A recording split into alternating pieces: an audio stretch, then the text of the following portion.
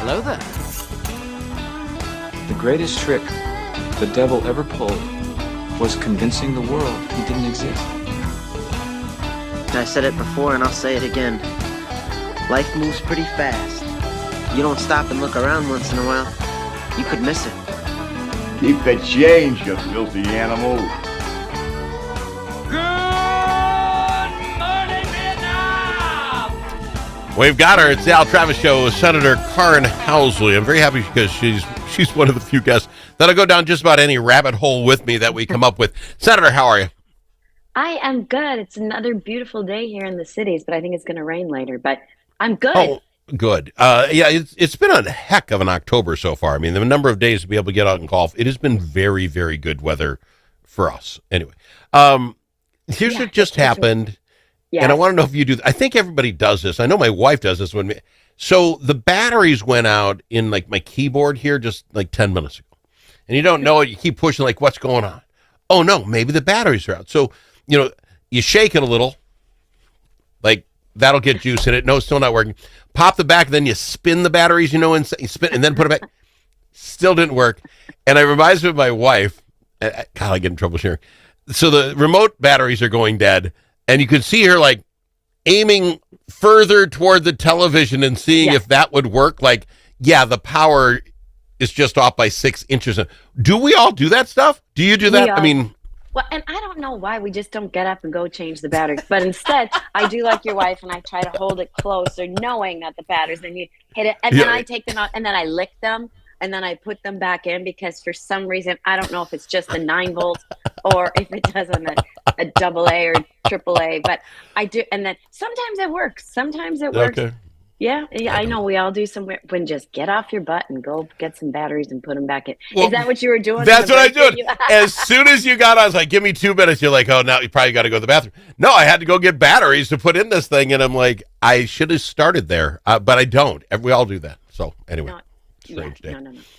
Other than that, I think today should be Count Your Blessings Day. Would you believe that as well? I mean, we don't have a king. Thank you to all those that made that possible yesterday. I was busy watching football, so I might have missed it, but this close to having a king, and now we don't. So thank you to all that participated. I have to tell you, because every once in a while I sneak and listen to Walter Hudson, who took John Hoffman's spot on your show an hour earlier than I am. I'm like, what are we going to talk about today? Because this was MEA weekend in Minnesota, and my girlfriend is a school teacher in Minneapolis. So every MEA weekend we take off somewhere. So we did. Well, that's good. So I didn't pay attention to any of the things that you and Walter, I was like, what no king thing happened this weekend? No idea. What, were you in isolation? Every TV channel was trying to tell you about the millions upon millions. I didn't see any. You have to understand, when you go on girls' MEA weekend and everybody you're with are uber liberals, you just keep the TV off.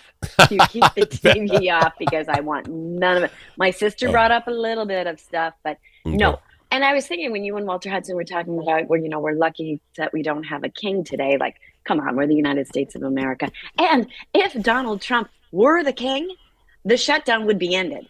Like, it would be over. He would just take his little wand and he'd go, okay, back to work, everybody. And Hudson brought that up. He said if he was the king, then you have the shutdown. Well, if he was king, and if Donald Trump, if he were king, would not allow you to have no king day. If he had, this, so that doesn't work. And what kills me in Minnesota, and I didn't see Governor Walz out. I saw Klobuchar and some other, doing the good. I don't care. Do what you want to do. But I didn't see Walz. And I wonder if it's because it's too easy to say, oh, wait a minute. Don't you remember King Walz closed churches, but let liquor stores stay open, because in church you're saying, and we don't like that, so we cut it. And all the things that happened during that COVID shutdown that he literally just said, it's on me, including what's the superpowers you guys give him? Executive orders? Where he was continuing to have the, special powers. Oh, he had the, executive, whatever it was called. So anyway, he did that for a year. Yeah. And I don't recall. His best friend's candy store open, too. Well, that was, and then, all those stores downtown Blue Earth got to close, but Walmart's can stay open because, COVID doesn't go, whatever it was. I don't know if he didn't show up for any of the No Kings protests Probably because it was MEA weekend and he probably went out of Friends out of that have things to do. state. He And went that's with his fair. liberal friends Yeah. too. I don't know why he wasn't. Well- I don't know, but you're right. There would definitely would have maybe some Republicans would have shown up if Walls were there, so they could say, "Hey, King Walls, what do Yeah. you mean no kings when you were the king in 2020?" Yeah, I Do don't you know. the idea of it? I mean, for your side, our side, it's kind of ludicrous. You're going to do this with all the things we just said. What do they really think happened yesterday, other than getting together as a group and showing off each other's sign they made like they're high schoolers for homecoming? What do you think they gained, or what do you presume they gained? Did anybody watch it and say, "Oh, you're right, we don't want kings in America. I'm on your side now"? I'm telling you, if I was not paying attention to that and had no idea what was going on, 99% of the people in the state of Minnesota, you and Walter Hudson did, but you guys are an anomaly, and that's what you do. And you knew you had to do the show this morning. I just got out of bed and showed up right here. But nobody is paying attention to them. Okay. And it's the same 100 people in our state that go from city to city with their new signs. They obviously aren't in any fantasy football league, that's for sure, because they were not watching what was happening yesterday. Jeez. Let me ask you but- this, though. Let me ask you Yeah. this. With this shutdown, who's winning? I mean, most of them are yelling about the shutdown. You're doing it because you're the king, and I don't know, every Republican voted for it, so I don't get how the Republicans are being blamed. But that being said, you're in this game, and you know people are polling left and right, making these pollsters millions of dollars to say, "Hey, Republicans, you're winning," or "Hey, Democrats, who's winning this, Senator, in the opinion world?" Well, there's 800 times more liberal media than there is, our media. So I think they're winning, but they're wrong. They're wrong. I don't think the general public understands that the Democrats are the ones that are keeping the government shut down. The Republicans have voted over and over and over again to keep it open with the continuing resolution, and they only need 7 Democrats, and they're not voting for it.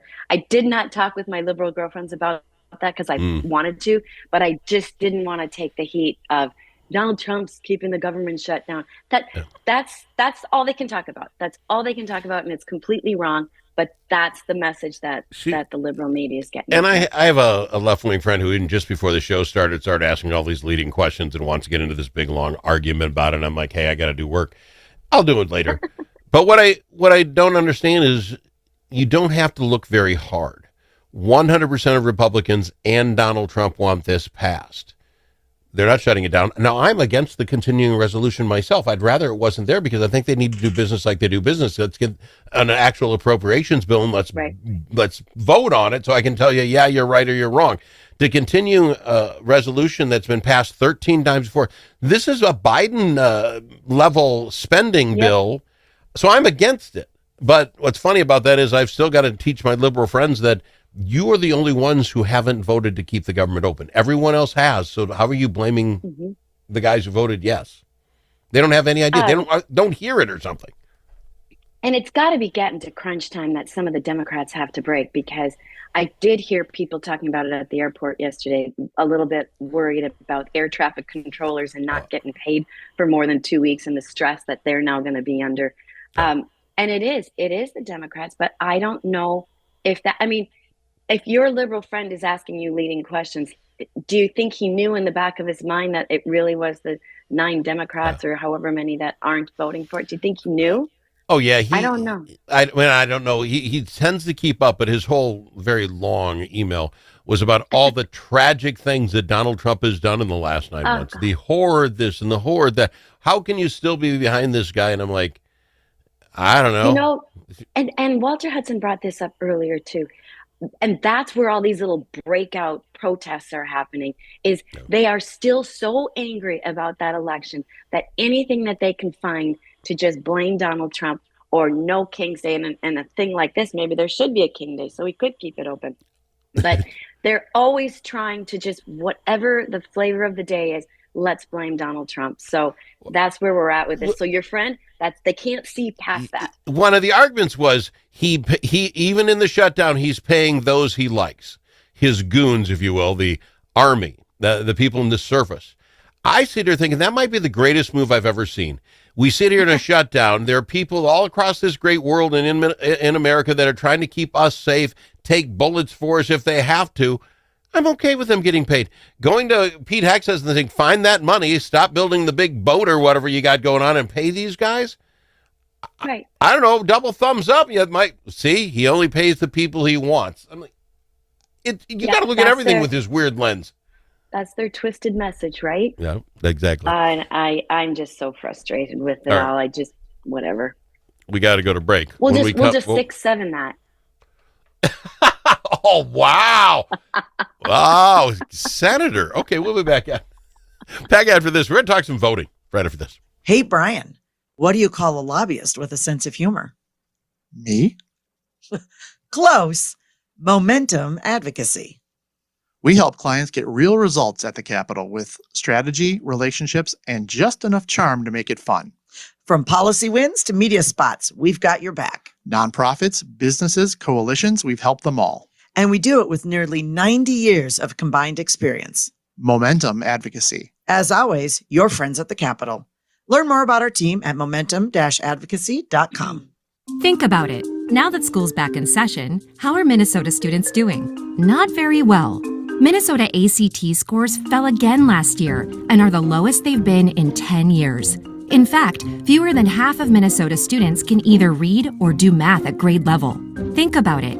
We used to brag about our schools. Now we're losing to states like Mississippi. Visit AmericanExperiment.org for more information. Think About It is brought to you by Center of the American Experiment, Minnesota's think tank.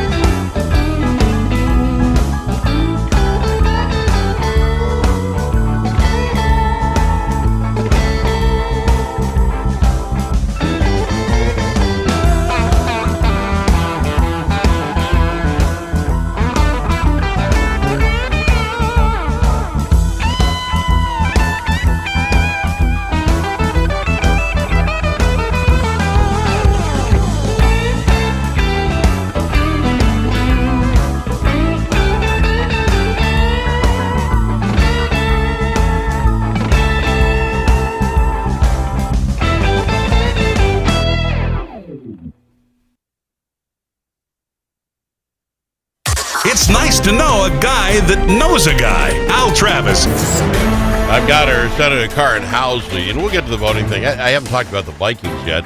I know you have at least a half a dozen, what do you call them, fantasy football leagues where you're crushing your grandkids and everything else. Okay. Did they win for you in your fantasy league, even though not winning for us in the football game? Geez, I was so mad because we were in Arizona. You can do your DraftKings, so I put $10 on the Vikings because I really wanted to make 22. But Yes, my fantasy. I don't have any Vikings on either of my fantasy teams, Oh. if you can believe it. But I did win both of my Oh, good. leagues. You're I won crushing your my game. grandchildren. That's I'm fantastic. crushing the grandchildren. I'm crushing lobbyists at the Capitol. I am just crushing it. McCaffrey, like I had to watch last night. I was so excited. Oh. Yeah, it was. But that Vikings game was sitting by the pool in Arizona, and I brought out the little. I listened to Paul Allen on the radio because I think he's so good on KFan. Oh, yeah. And the poor Arizona people had to listen to my football game too.